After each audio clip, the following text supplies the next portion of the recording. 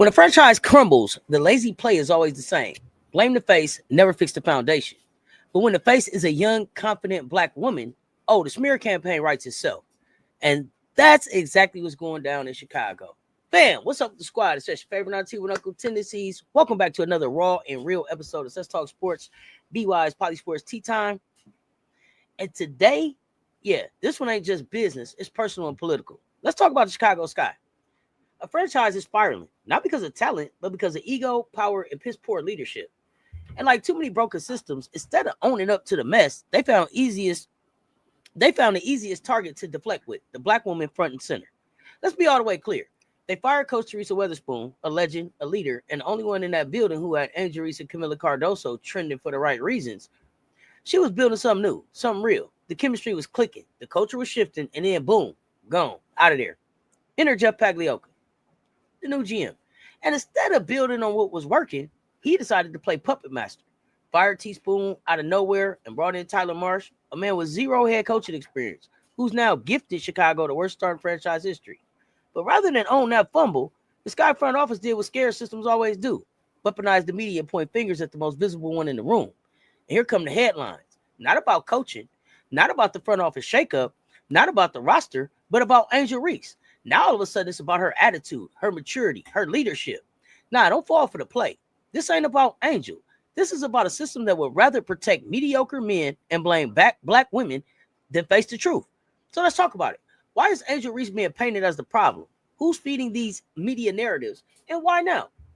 And how does this fit into the larger historical pattern of blaming black women to cover for institutional failure? To break it all the way down, I'm bringing in the one and only, my co-host, my sister truth-telling, and a cultural force in her own right, the brilliant political Lil. Let's unpack the agenda, connect the dots, and name names. Because this ain't just about the Sky. It's about how the game gets played when the face of the franchise looks like us. Let's get into it. Oh, thank you, Auntie Seth. You already know when the system starts shaking, they don't fix the cracks. They just blame the bricks. And Angel Reese, she's the most visible brick holding up a shaky Chicago Sky structure. Let's not sugarcoat it. This ain't just about sports. It's sports is politics. And politics always has a villain. Coach Weatherspoon was fired without warning, without explanation, without respect. That sent a direct message, not just to Angel and Camilla, but to the entire league. Black leadership is disposable. What the Sky did was deeper than basketball. They assassinated trust.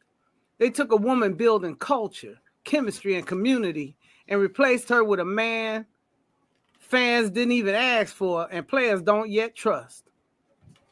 What happened next? They light a media firestorm and pushed the idea that Angel's energy, Angel's interviews, Angel's confidence are too much. That's not critique. That's coded language. That's racism with glitter on it.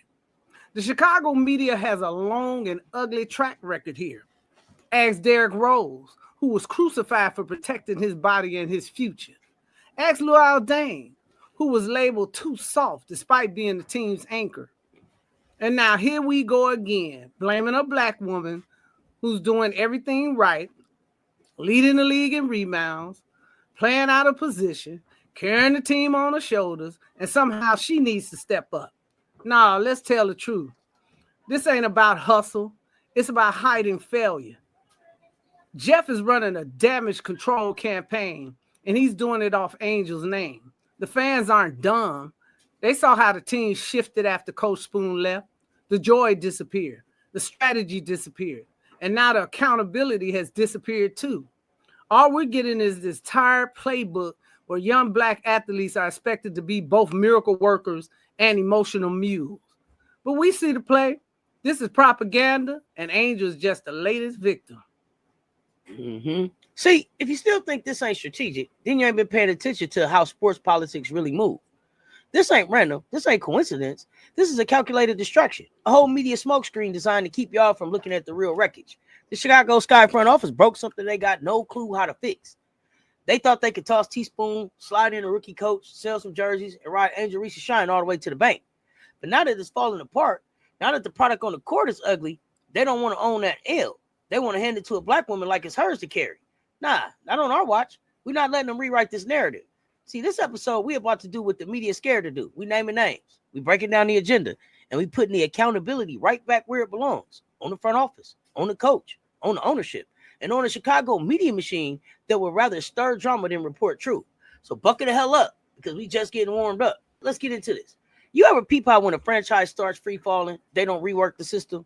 They just go hunting for the boldest, blackest woman in the room and try to make her the villain? That ain't no accident. That's page 1 of the Politics of Distraction playbook. And now we flipping straight to the chapter and calling out every move. Because when the front office starts fumbling, when the coach ain't got no answers, and when ownership too quiet to own their mess, that's when they start spinning. They manufacture beef. They plant hit pieces. They give you chaos, so you stop asking real questions. And if you're wondering where the script came from, let me put you on game. Edward Bernays, look him up. The so-called father of public relations. He once said, if you could control what people see and hear, you could control what they believe. Translation, keep folks emotionally distracted and you can bury the truth right in front of them. That's what's happening in Chicago. They don't want y'all analyzing Jeff Pagliocca's power or Tyler Marsh's L column. They want you reacting to Angel Reese's every word, every step, every facial expression. It ain't journalism. It's propaganda dressed in box scores and press conferences. Let's be real. This ain't basketball coverage. This is opinion warfare in a league built by black women, now being sold off one hit piece at a time. Let's unpack this playbook and remind them we see all the moves. Absolutely, Auntie. Let's take it all the way there. What the Sky is doing isn't just bad PR. It's a psychological operation, and it starts with what Edward Bernays calls mastering consent, manufacturing consent. In his book, Propaganda, Bernie showed how elites manufacture the masses, not by telling outright lies, but by feeding selected truths, controlling headlines, and building narratives that feel like common sense. That's what the Sky is doing, flooding the zone with commentary about Angel's behavior, deflecting from their poor hiring and strategic collapse. That's propaganda disguised as sport talk. Now enter Tom Burrell, author of Brainwash, challenging the myth of black inferiority. Burrell explains how media has conditioned both black and white audiences to associate blackness, especially outspoken black femininity, with chaos, disruption, and attitude. That's why Angel gets called too emotional, too visible, and too much, while a white player is called competitive or driven. See, this is coded messaging designed to recenter white comfort and push unapologetic black expression. And let's not forget the intellectual ancestor of them all, W.E.B. Du Bois, who gifted us with the concept of double consciousness.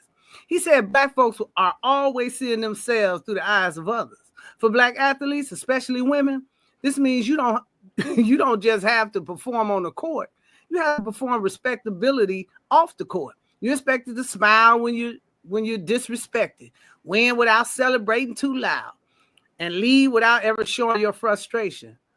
But Angel didn't show up to be America's humble sweetheart. She came to dominate. And that's the threat. That's the distraction. Because the truth is, they don't want you to be great. They want you to be grateful, quiet, compliant, and invisible. But Angel ain't playing that game. And that's exactly why they're attacking her. Let's be real. Lil just laid it out with no filter, no fluff, straight truth, no chaser, and the ancestors just co-signing every word, y'all. I'm gonna start this one more time for the folks in the back still trying to play dumb. This franchise ain't just failing to protect its star. It's weaponizing a whole legacy to scapegoat her. And every time we let that narrative fly, we help them bury the truth. But not here, not ever. It's CessTalksSports BWISE PoliSports Tea Time. We're not going to just spill the tea. We're going to break it down. We're going to name the ingredients. And we're going to call out who in the kitchen dirtying up the dishes. Up next, we're going to peel back the layers, exposing the power plays behind the scenes, calling out the folks hiding behind media fog, and breaking down exactly why the Sky front office thought dragging Angel Reese was going to fix the mess they made. Spoiler alert, it didn't fix nothing. It just showed us who really ain't built for this. Stay locked in. We still cooking. Chicago ain't dealing with a talent problem, Lil. They're dealing with a truth problem. This whole mess with the Sky, it ain't about basketball. It's about power, perception, and who gets protected when things fall apart. Now hear this loud. Jeff Pagliocca is not some new GM finding his way. He's a man with access, influence, and a system backing his every move. And he's using all of that to spin a narrative that deflects heat off him and dumps it all on the backs of black women. Let's run it back. He fired Coach Teresa Weatherspoon, and for what? A coach the players respected, who had folks suiting up through injury, who turned rookies into primetime names, who brought life and discipline to a squad that was damn near forgotten. And let's not sleep on what she did for Kennedy Carter. Resurrected her confidence, put her in positions to shine, and helped her start silencing all the noise around her name. So what they do? Let her walk. No contract, no announcement, just gone. 2 black women, 1 franchise, no accountability. Then they bring in Tyler Marsh. No W head coaching experience. No bond with the roster, and no proof he was ready for this smoke. And what's the result? Losses, chaos, a team that looks more disconnected every game. But does Jeff wear that? Nah, he ran straight to the media. The same media that always got smoke for black women that starts floating stories. Suddenly, Angel Reese ain't a rising star. She's a problem. She's too confident, too loud. Need to grow up. Get out of here. This ain't about growth. This is about gaslighting. This is about narrative control. And what we're watching in real time is not coaching. It's a cover-up. And over here, we're going to pull the curtain all the way back. Let's go, Liv. Exactly, Seth. What we're witnessing is a classic case of corporate scapegoating sports edition. Let's break it down. When things go wrong in business, leadership doesn't admit fault. They manufacture an internal enemy. In this case, the GM is spinning a tale where the 2-year black woman becomes the reason for the collapsing franchise. That's not an analysis. That's deflection by design. Paglioli is trying to manage the optics, not the outcome. And he's doing it by leaning on racist, sexist tropes to shift the spotlight. Think about it. Angel Reese is only in her second year of her career. She's playing out of position. She's leading the league in rebounds. And somehow she's the problem. Not the GM who blew up a promising team. Not the coach who can't win with 2 lottery picks. We've seen this before. It's sharecropping in jerseys. You get the spotlight, but none of the say-so. They'll sell your jerseys, market your TikToks, but they won't give you the power in the locker room or protection in the press. And when things go south, they blame you for the mess they made. And let's not skip over how calculated these media leaks are. You got Sky insiders feeding little comments to trusted reporters, painting Angel as emotionally immature and not coachable. Sound familiar? That's the exact language used to undermine Serena, Venus, Sha'Carri, and Simone. When a black woman refuses to shrink, they say she's out of control. When a white executive loses control, they say he's under pressure. Let's be real. This is not about basketball IQ. It's about protecting white male ego. Jeff is shielding his rep. Tyler hiding behind the learning curve. And Angel's being hung out to dry in a league that claims to support women, but never protects the black ones when the backlash hits. Damn, you said the whole sermon and handed us the blueprint on how this propaganda play gets run in real time. But let me stir the pot just a little harder, because the tea is scalding. They really thought they could play chess with the checkers mindset. Fire the black coach, silence the loudest star, feed the press talking points, gaslight the fans into confusion. And guess what? It's blowing up in their face. The real ones ain't sleep. The fans see the energy shift. The joy is gone. The squad looks uninspired. Ain't nobody smiling on that court, and no one's buying the weak-ass narratives the media's been spoon-feed. So let's say it with our whole chest to the Chicago Sky front office. We see y'all. We see the agenda. We see the play, and it ain't going to work. You can't fire your way into leadership. You can't PR spin your way into a winning culture. And you damn sure can't keep using black women as your public punching bags while you hide behind post-game quotes and media relationships. Now let's get to the centerpiece of this whole mess. Angel Reese. Angel ain't just walked into the W like a rookie. She walked in like a boss with a brand, with brilliance, with a whole movement behind her. She walked in repping black girl excellence, Gen Z confidence, and cultural impact and trust. They've been waiting to humble her since day one. Fast forward to now. We ain't even halfway through her sophomore pro season, and somehow she going from rookie of the year energy to being blamed for every single thing wrong with this team. But let's keep it a buck. Angel Reese is being scapegoated. Let's break it all the way down. She's been forced into a new position, made the anchor of the defense, asked to lead emotionally, clean the glass, bang the paint, protect the rim, cook the dinner, bring lunch, and still put up points. And while playing in a broken system with no offensive rhythm, no consistent rotations, no practice facility, and a rookie coach who looked lost more than locked in. There's no real shooters, no real playmakers, just chaos. And Angel is expected to clean it all up and keep smiling for the cameras. And yet, every time this guy take a L, the headline ain't front office fumble chemistry, is Angel Reese need to grow up. Angel shows frustration. Is Angel hurting the team's culture? Why? Because it's always easier and safer to blame the black woman with the mic.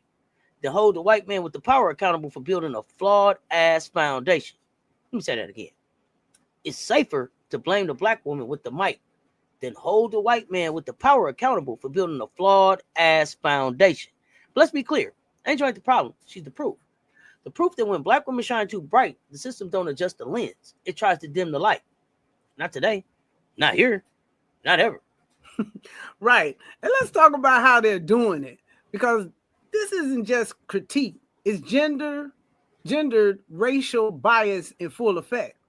Now let's compare the coverage. When Caitlin Clark has a bad game, the media talks about growing pains, adjustment, or how the team needs to support her better.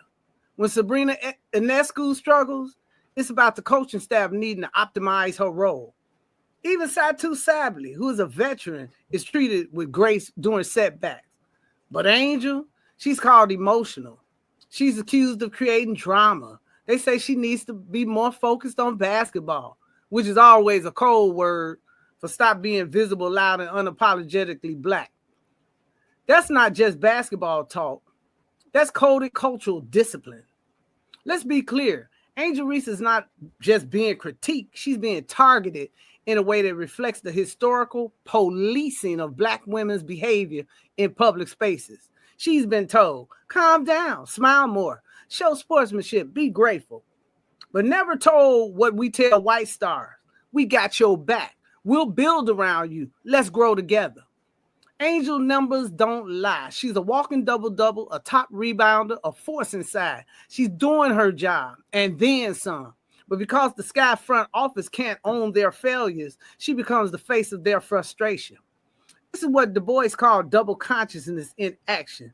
Angel has to ball out while carrying the burden of how she's perceived.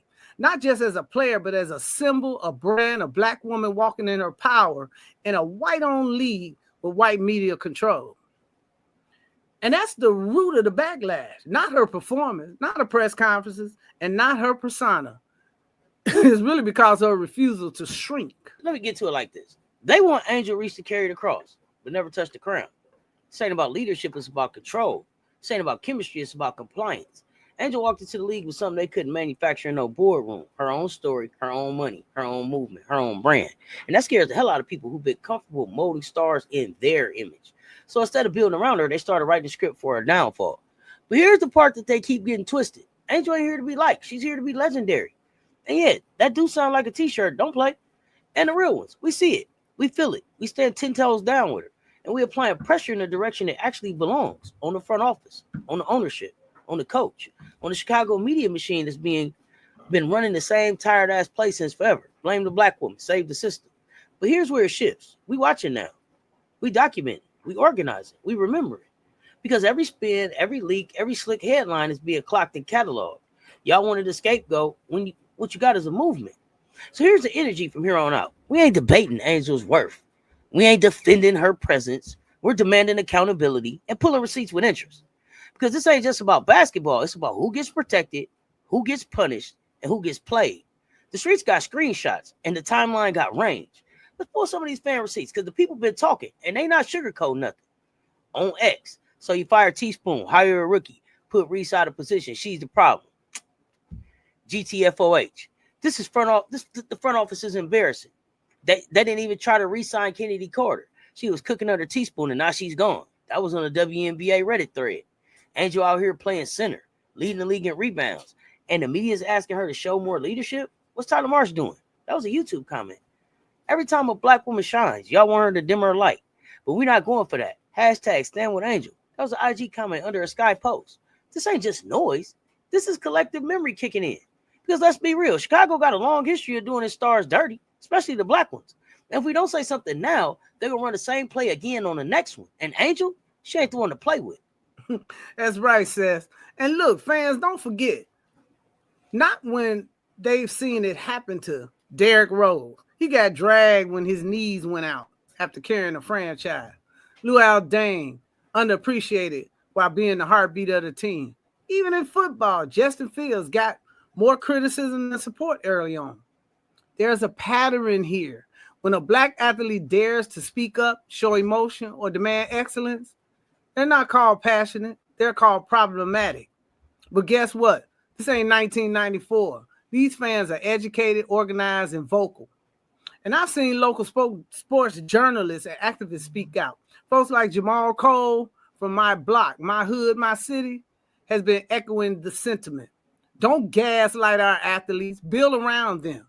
You even got independent media calling this out on podcasts and community radio. The grassroots ain't having it. The people are saying we don't need scapegoats, we need solutions. You can't spend your way into the playoff spot.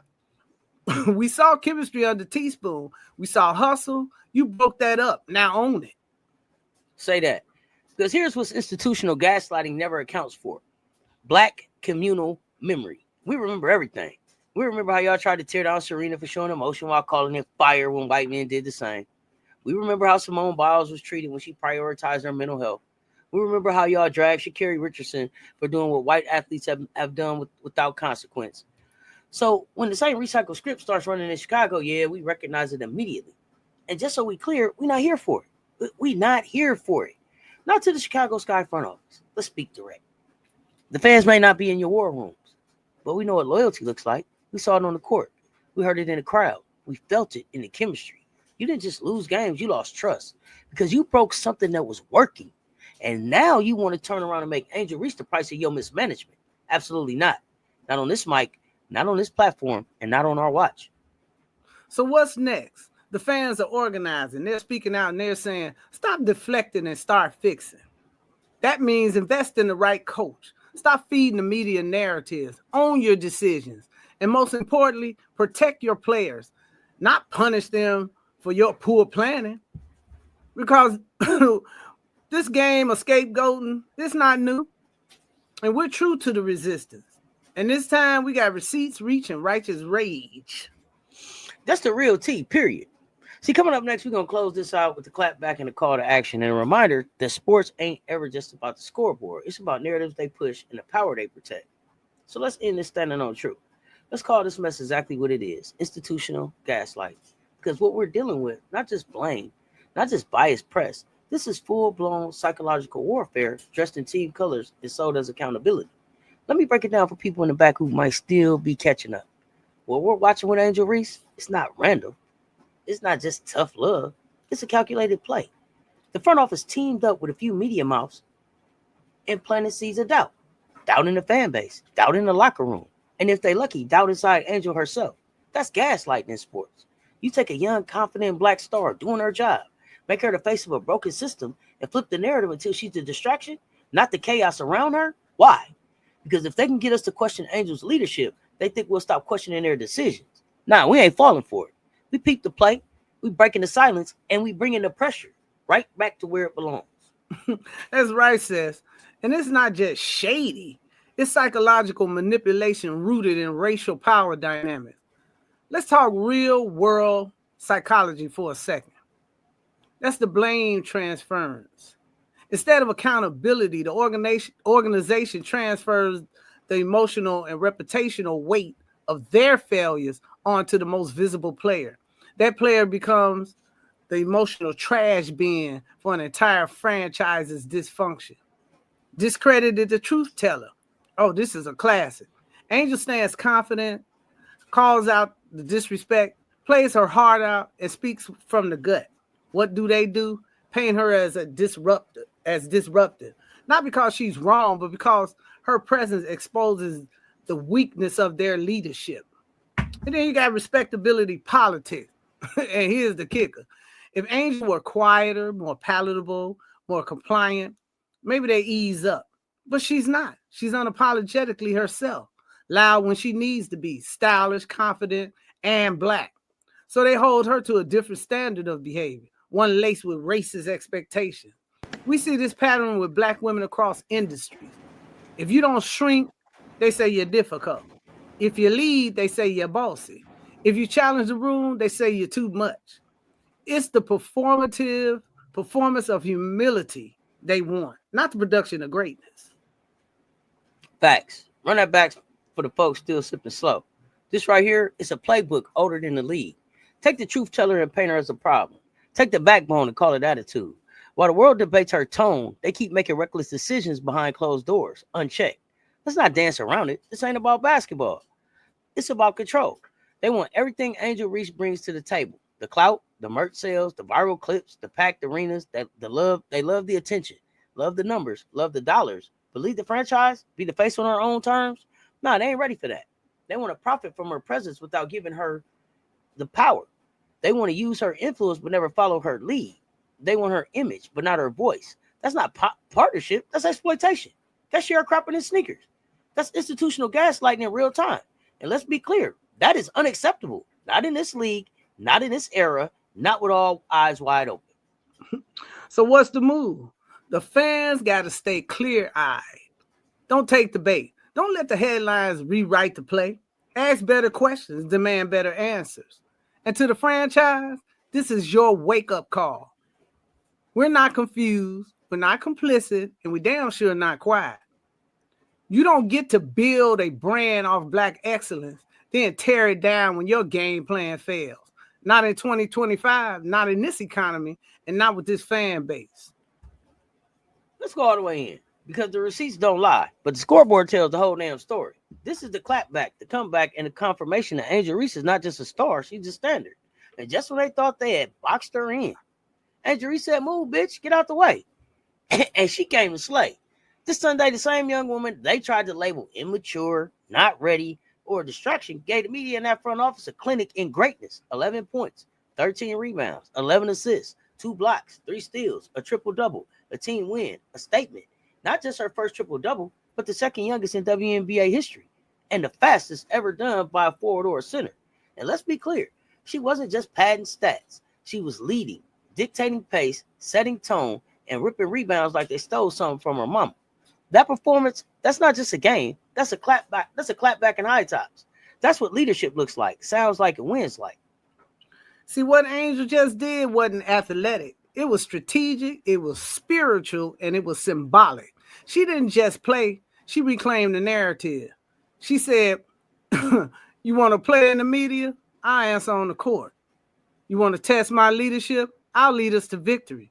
You want to throw me under the bus? I'll pull the damn thing off, y'all, and keep on driving. This is how Black women respond when they've been lied on, played with, and pushed too far. They don't just survive, they transform the heat into fuel.